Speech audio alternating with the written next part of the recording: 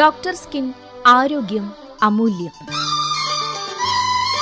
സമർപ്പിക്കുന്നത് doctor skin clinic, Cherooty road, Kozhikode. Skin സംബന്ധമായ എല്ലാ പ്രശ്നങ്ങൾക്കും ഒരൊറ്റ സൊല്യൂഷൻ, ഡോക്ടർ സ്കിൻ. അത്യാധുനിക സൗന്ദര്യവർദ്ധക ട്രീറ്റ്മെന്റുകളും എല്ലാ ത്വക്രോഗ ചികിത്സകളും വിദഗ്ധ ഡോക്ടർമാരുടെ നേതൃത്വത്തിൽ. കേരളത്തിൽ ഏറ്റവുമധികം ബ്രാഞ്ചുകളുള്ള skin care clinic doctor skin, Cherooty road, Kozhikode. Call 8281305000. സ്കിന്നിന് ഇനി ഡോക്ടർ സ്കിൻ. ഡയാലിസിസ് അറിഞ്ഞിരിക്കേണ്ട കാര്യങ്ങൾ. ഇതേക്കുറിച്ച് സംസാരിക്കുന്നു കോഴിക്കോട് KMCT മെഡിക്കൽ കോളേജിലെ നെഫ്രോളജി വിഭാഗം assistant professor doctor Anjana Ashokan. Chronic kidney disease CKD അഥവാ സ്ഥായിയായ വൃക്കരോഗം വന്നുകഴിഞ്ഞാൽ കാലക്രമേണ വൃക്കകളുടെ പ്രവർത്തനം പടിപടിയായി കുറഞ്ഞുവരും. വൃക്കസ്തംഭനം അഥവാ എൻഡ് സ്റ്റേജ് കിഡ്നി ഡിസീസ് എന്ന അവസ്ഥയിലേക്കെത്തിയാൽ പിന്നീട് വൃക്കകൾ മാറ്റിവെക്കുക അല്ലെങ്കിൽ ഡയാലിസിസ് ചെയ്യുക എന്നത് മാത്രമാണ് പോംവഴി. ഡയാലിസിസ് ചെയ്യുന്നത് വഴി രക്തത്തിലുള്ള മാലിന്യങ്ങളെ നീക്കി രക്തം ശുദ്ധീകരിക്കുവാനാകും. ഡയാലിസിസ് 2 തരത്തിലുണ്ട്.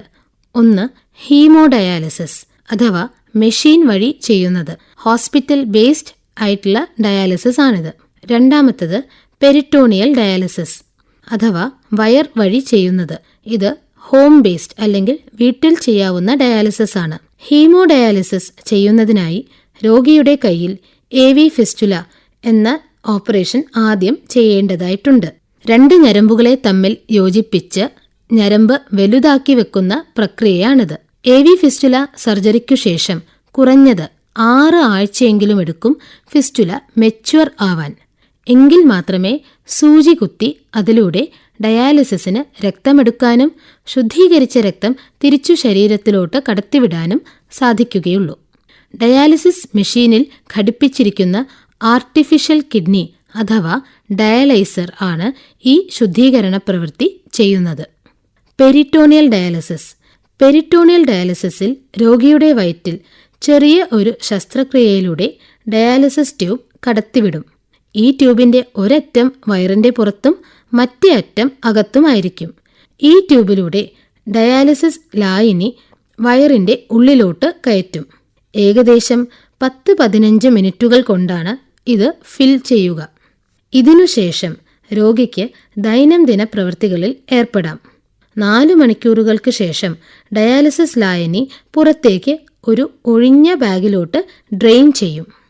ഈ 4 മണിക്കൂറുകൾക്കുള്ളിൽ തന്നെ രക്തത്തിലുള്ള വേസ്റ്റ് പ്രോഡക്ട്സ് ഡയാലിസിസ് ലായനിയിലോട്ട് ഇറങ്ങിച്ചെന്നിട്ടുണ്ടാകും. ഇങ്ങനെ 3 തവണയെങ്കിലും ചെയ്യാനാണ് സാധാരണ രോഗികളോട് നിർദ്ദേശിക്കാറുള്ളത്. ഇതിനെ CAPD അഥവാ കണ്ടിന്യൂസ് ആംബുലേറ്ററി പെരിറ്റോണിയൽ ഡയാലിസിസ് എന്നാണ് പറയുക. വീട്ടിൽ വെച്ച് ചെയ്യുമ്പോൾ വളരെയധികം ശ്രദ്ധിക്കേണ്ടത് വൃത്തിയായി ചെയ്യണമെന്നതാണ്. ഡയാലിസിസ് ടെക്നീഷ്യൻ പഠിപ്പിച്ചതിൽ നിന്നും വ്യതിചലിച്ചാൽ വയറിനുള്ളിൽ അണുബാധയുണ്ടായേക്കാം. കാഴ്ചശക്തിയും ഓർമ്മശക്തിയുമുള്ള രോഗിയാണെങ്കിൽ സ്വയം തന്നെ ചെയ്യാവുന്നതേയുള്ളൂ. പെരിറ്റോണിയൽ ഡയാലിസിസ് ചെയ്യുന്ന മെഷീനുകളും ലഭ്യമാണ്. ഇതിനെ ഓട്ടോമേറ്റഡ് പെരിറ്റോണിയൽ ഡയാലിസിസ് എന്നാണ് പറയുക. എത്ര നാൾ ഡയാലിസിസ് ചെയ്യേണ്ടി വരും? സാധാരണ രോഗികൾക്കുണ്ടാകുന്ന സംശയമാണിത്. CKD അഥവാ സ്ഥായിയായ വൃക്കരോഗം ഉള്ളവരാണെങ്കിൽ വൃക്ക മാറ്റിവെക്കുന്നതുവരെയും അല്ലെങ്കിൽ ജീവിതകാലം മുഴുവനും ഡയാലിസിസ് ചെയ്യണം. ചില വൃക്കരോഗങ്ങൾക്ക് താൽക്കാലികമായി മാത്രം ഡയാലിസിസ് ചെയ്താൽ മതിയാകും. ഉദാഹരണത്തിന് പാമ്പുകടി, എലിപ്പനി എന്നിവ മൂലമുള്ള വൃക്കത്തകരാറുകൾ ഉള്ളവർ ചിലപ്പോൾ താൽക്കാലികമായി ഡയാലിസിസ് ചെയ്താൽ മതിയാകും. മൂത്രത്തിന്റെ അളവ് കൂടുകയും രക്തത്തിൽ ക്രിയാറ്റിന്റെ അളവ് കുറയുകയും ചെയ്യുന്നതിനനുസരിച്ച് ഡയാലിസിസിന്റെ എണ്ണം കുറച്ചുകൊണ്ടുവന്ന് ഭൂരിഭാഗം പേരിലും ഡയാലിസിസ് നിർത്തുവാൻ സാധിക്കുന്നതാണ്. ഡയാലിസിസ് ചെയ്യുന്ന രോഗികൾ മാംസ്യാഹാരം കഴിക്കുവാൻ പ്രത്യേകം ശ്രദ്ധിക്കണം. ഡോക്ടർമാർ നിർദ്ദേശിക്കുന്ന എണ്ണത്തിൽ കുറഞ്ഞ ഡയാലിസിസ് ഒരിക്കലും ചെയ്യരുത്. അതുമൂലം ശ്വാസം മുട്ട് വരാനുള്ള സാധ്യത കൂടുതലാണ്. ഡയാലിസിസ് അറിഞ്ഞിരിക്കേണ്ട കാര്യങ്ങൾ. ഇതേക്കുറിച്ച് ഇതുവരെ സംസാരിച്ചത് doctor Anjana Ashokan. Doctor skin ആരോഗ്യം അമൂല്യം. സമർപ്പിച്ചത് doctor skin clinic, Cherooty road, Kozhikode. സ്കിന്നിന് ഇനി ഡോക്ടർ സ്കിൻ.